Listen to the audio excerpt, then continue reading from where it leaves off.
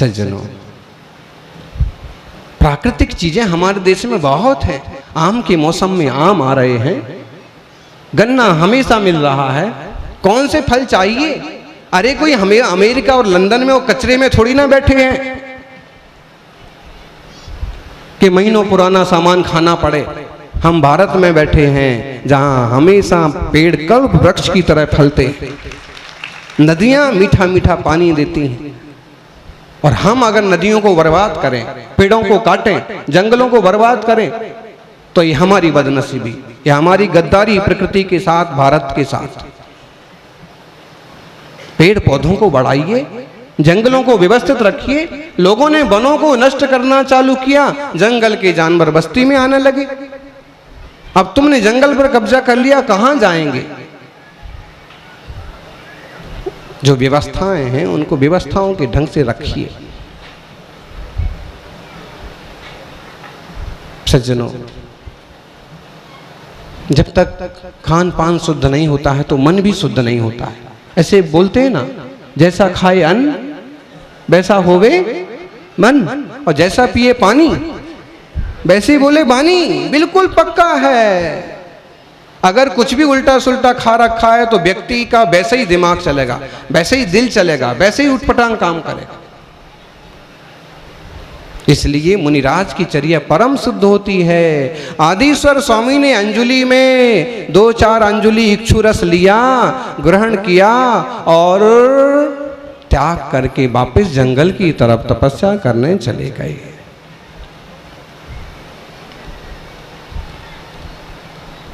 बाद में यही श्रेयांश का जीव फिर उनके चरणों में गया, और जब भगवान को केवल ज्ञान हुआ तो मुनि दीक्षा लेकर के उनके गणधरों में सम्मिलित हो गए। जीवों के कैसे संबंध चलते हैं, और किसी को याद नहीं आया कि विधि क्या होगी, कि कैसे पड़गाहन करना। उन जीवों का योग था, उनको ध्यान में आया। और ध्यान रखना, आप कहोगे इतने बड़े राजा के यहाँ गए थे और बस चुल्लू भर इक्षु रस पी के चले गए। अरे 13 महीने 9 दिन हो गए थे, कुछ अच्छा खीर मलाई खाना था, हलवा पूरी तो खाना था, कुछ तो खाना था। ऐसे आए, ऐसे चले गए। सन्मति सागर जी गुरुदेव 8 उपवास करके आते थे और मट्ठा पानी पी के चले जाते थे। हैं? अब 8 उपवास किए हैं, 10 उपवास किए तो कुछ काजू किशमिश बादाम हलवा पूरी कुछ तो खा नहीं। क्यों? उनकी दृष्टि देह पर नहीं है, उनकी दृष्टि तो आत्मा पर है। मुनिराज न वलाऊ साऊ अठम, न शरीर सुच्चवयठ तेजठम, नानठ संजमठम, झाणठम चेव भुंजेजो। क्यों आहार करते हैं तपस्वी? ये मुनि भी जाते हैं और आप भी अच्छे से अच्छी वस्तु खिलाने की कोशिश करते हैं, शुद्ध से शुद्ध आहार देने की कोशिश करते हैं, लेकिन आपने हलवा दिखाया पहले ही अलग कर देते हैं, काजू किशमिश बादाम दिखाए पहले ही अलग कर देते हैं। लेते क्या हैं फिर? जो इच्छा हुई हल्का फुल्का। अरे अच्छे से खाना चाहिए महाराज। सब कैसे दिखते हैं? इस संग में तो सारे महाराज दुबले पतले दिखते हैं, सांवले सांवले दिखते हैं, धूप में तपते हैं, धूल में चलते हैं और कठिन तपस्या करते हैं। कोई कोई तो 2 दिन के उपवास भी करते हैं, और अंतराय करने वाले तो मुनि हैं ही हैं, उनकी विधि है। फिर अब आओ हो महाराज तो अच्छे से खाओ पियो ना, हमारे घर में कोई कमी नहीं है। तुम्हारे घर में कमी नहीं है, लेकिन उनको खाने पीने का कोई शौक भी नहीं। वो तो बस शरीर चलता रहे, तपस्या चलती रहे, इसलिए थोड़ा बहुत अंजुलि अंजुलि से स्वीकार करते। थाली में क्यों नहीं खा लेते हैं? अगर महाराज स्टील की थाली में नहीं खाना है तो हम सोने की ले आते। सोने की लाओ, चांदी की लाओ, लेकिन उन्हें किसी पात्र बर्तन की जरूरत नहीं है। उनका कर पात्र ही सबसे बड़ा पात्र है, कोई पराधीनता नहीं। इस अंजुलि में जितना भोजन पानी आता है उतना ही लूंगा। और एक बात, जिस दिन हाथ बांधते नहीं बनेगा, हाथ बुढ़ापे के कारण से अपने आप छूटेगा, उसी दिन में आहार जल का त्याग भी कर दूंगा।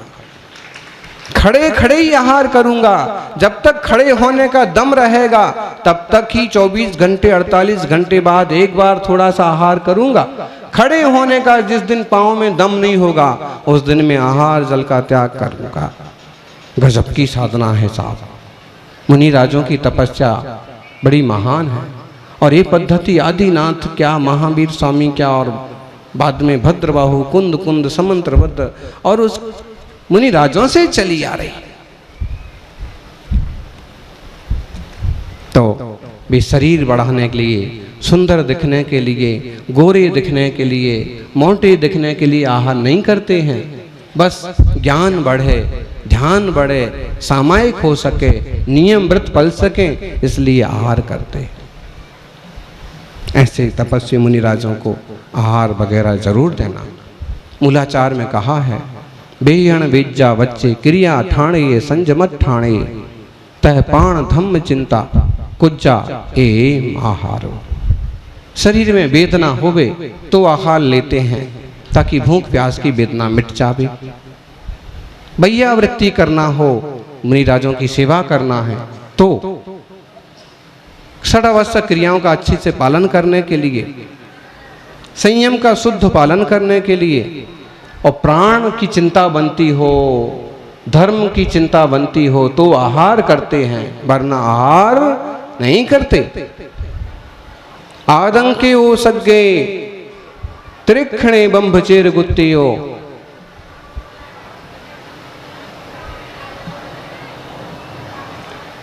प्राणी रहा तो हेतु शरीर परिहार उच्छेद।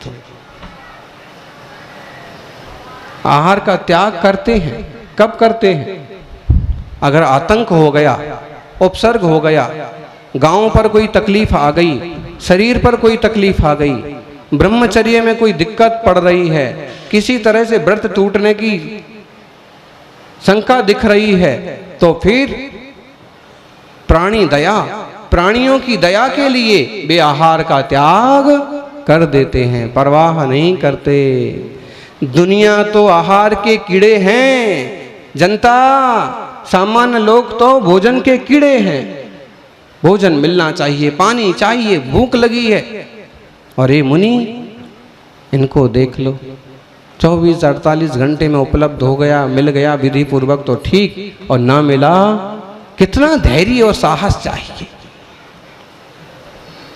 इसलिए तो इनकी महिमा है, और इसीलिए तो श्रावक सब कुछ करके भी आहार कराना चाहता है। हमारे यहाँ पधारो, हमारे यहाँ पधारो। सौभाग्यशाली होते हैं वे लोग जिनके घर में मुनि राजों के चरण पड़ते, जिनके घर में उनकी अंजलि में आहार दान दिया जाता है। जिन जिन घरों में त्यागी तपस्वियों के आहार होते हैं उनमें कभी खाने के लाले नहीं पड़ते हैं, भोजन की कमी नहीं पड़ती। क्यों?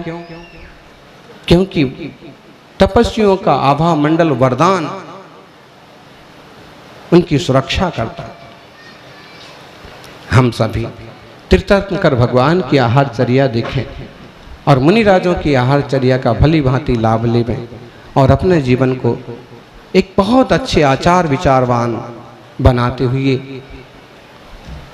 भोजन की शुद्धि के साथ साथ आत्मशुद्धि, भेद विज्ञान की भावना करते हुए आत्म कल्याण के मार्ग में बढ़े, ऐसी मंगल भावना। जय बोलिए 24 तीर्थंकर भगवान की। तुभ्यं नमः श्री भुवनार्तिहराय नाथ, तुभ्यं नमः क्षितितलामलभूषणाय, तुभ्यं नमः श्रीजगतः परमेश्वराय, तुभ्यं नमो जिह्वबोधधिशोषणाय, तुभ्यं नमो जिह्वबोधधिशोषणाय। जयकारा। आदिम तीर्थेश्वर देवादिदेव महादेव आदिनाथ भगवान की। और जोर से वर्तमान जिन सत्संग वर्धमान महावीर भगवान की। और जोर से आचार्य श्री आदि सागर जी महाराज की, आचार्य श्री महावीर कीर्ति महाराज की, तपस्वी सम्राट गुरुदेवाचार्य श्री सन्मति सागर जी,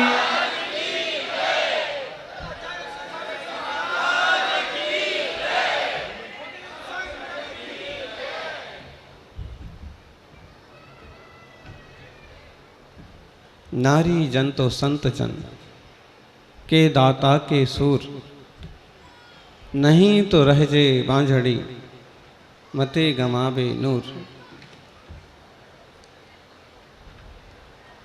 नीति की बात है कि हे माँ, अगर बच्चे को जन्म देना है तो या तो संत को जन्म दे, या दाता हो, या सूरवीर हो।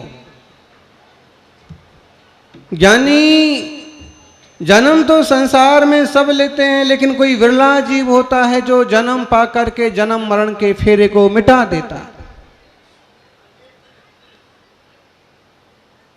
और बहुत जीव होते हैं कि जन्म लेते हैं, बार बार जन्म लेते रहते हैं। पुनरपि जननम पुनरपि मरणम पुनरपि जननी जठरे शयनम।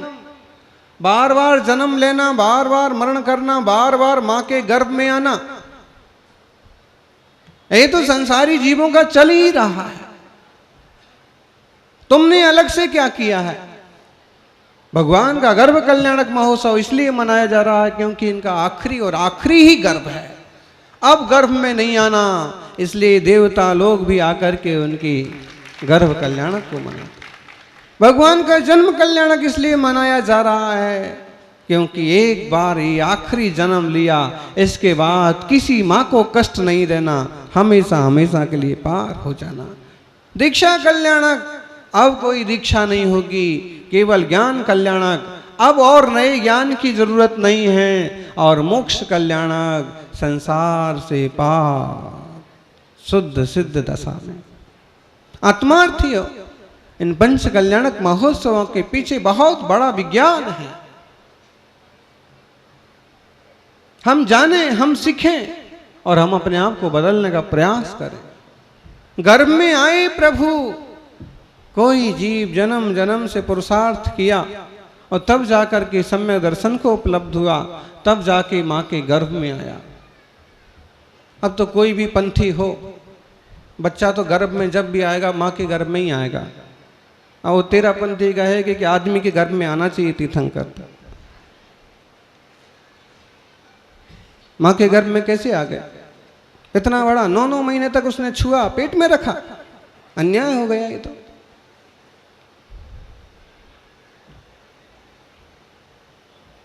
इन पंथवादियों ने इतना गंदा माहौल बनाया है, इतनी गंदगी और इतना मनमुटाव पैदा किया है जिसका कोई हिसाब नहीं।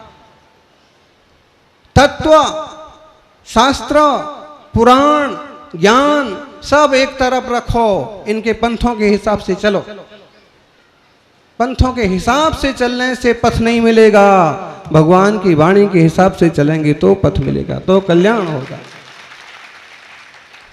माताओं को ऐसे मिट्टी मोल तुच्छ कर दिया, इधर नहीं जा सकते, उधर नहीं घुस सकते, ये नहीं छू सकते, वो नहीं छू सकते। 9 माह तक छूती रही मां। सबसे पहले छू रही है इंद्राणी, और सौधर्मेंद्र घुटने तक टेक देते हैं कि अब तो तीर्थंकर बालक का दर्शन करा। लेकिन तत्व से नहीं लेना देना है, वस्तु व्यवस्था से लेना देना नहीं है। एक जो पीढ़ियों में रूढ़ियों में चल पड़ा था, आज भी ऐसे लोग हैं कि अगर वेद महिला सुन ले तो कान में पारा भर दो, ऐसा होता था। वेद महिला नहीं सुन सकती है। अगर वेद सुन लिए, ब्राह्मणों का एक बड़ा ग्रुप ऐसा था, आज तो काफी बुद्धिमान लोग पैदा हुए हैं और जिनने महिलाओं के साथ भी न्याय किया है। चूंकि कई बार तो महिला ही महिला की दुश्मन बन जाती है और ये नहीं कर सकते। विधवा है, मंडप में नहीं घुस सकते, शादी में नहीं आ सकते। कोई जानवर हो गई क्या? वो है तो मनुष्य रूप में ही ना। ये सब बनाया किसने? ये सारे नाटक। आज पंडित जी ने बात कही, थोड़ा ठीक लगा कि माता पिता जिंदा हों, सास ससुर जिंदा हों, पति जिंदा हो, पहली संतान बेटा हो या बेटी। अक्सर कर चीख चीख के यही बोलते हैं, पहली संतान बेटा हो, बेटा हो, बेटा हो। अरे बेटा तो हो, और बेटे ही बेटे हो और बेटियां ना हो, हैं? बोलो। तो बेवकूफी से हटिए, थोड़ा दिमाग से सोचिए, करिए। जरूरी क्या है, उचित क्या है, योग्य क्या है। सज्जनों, जब तक हम अंतर से नहीं सोचेंगे और किसी के पिछलग्गू बने रहेंगे, तब तक हम मार्ग को नहीं पा सकते। पिछलग्गू बनना है तो तीर्थंकर भगवान के, सच्चे विचार रखने वाले आचार्यों के, बीतरागी संत मुनियों के पिछलग्गू बनो तो भला होगा। पोंगा पंडितों के पिछलग्गू बनोगे तो तुम भी पोंगा ही बनोगे, मोक्ष मार्गी नहीं बनोगे। हम तो देखते हैं कोई कोई त्यागियों का भी बड़ा पंथवाद का जुनून सवार है और इसके पीछे गांव गांव में टुकड़े करा डालते। क्या मिलता है? समाज जैसे तैसे मिलजुल के रह रहा था, मुट्ठी भर जैन थे, उनका अपनी एक इज्जत थी और उसमें जाके भी आग लगा दी। गांव वाले ही थू थू करने लगे। किसी भी धर्म, किसी भी समाज, किसी भी संप्रदाय को अपनी रीति नीति से चलने का अधिकार है, लेकिन आग लगाने का अधिकार किसी को नहीं। हम एक दूसरे का सम्मान करना सीखें। आज इस छोटे से गांव में इतना बड़ा पंच कल्याणक हो रहा। जब हमारा कलल मंगल प्रवेश हुआ, गांव के हर एक व्यक्ति ने मुनिराजों का स्वागत किया। जैन श्रावकों ने तो किया ही। एक जगह हमने देखा, एक ब्राह्मण श्रावक, ब्राह्मण व्यक्ति पूरी ब्राह्मण की वेशभूषा में मंगल कलश लेकर के महाराज जी का पाद प्रक्षालन किया। जैसे करना चाहिए वैसे किया। मुझे लगता है कि वैसी विधि तो किसी किसी जैन को भी नहीं आती होगी। फिर पाटीदार पटेल परिवार के कुछ लोगों ने अपने हिसाब से, अरे सबके भीतर भगवान बैठा है और सब धर्म और तत्व को समझते हैं, सब चाहते हैं, लेकिन कई बार हमारे ही मैले विचार दूसरे को भी प्रभावित कर देते हैं। माताओं, गर्भ कल्याणक के दिन एक बात बहुत बार आपने सुनी कि हमारा देश गर्भ कल्याणक मनाने वाला देश है, गर्भपात कराने वाला देश नहीं है। कैसे भी संतान है, बेटा है कि बेटी है, उसे जन्म लेने दो। आप कहोगे जनसंख्या बहुत बढ़ गई, जनसंख्या बहुत बढ़ गई, यही बात तुम्हारी मां सोच लेती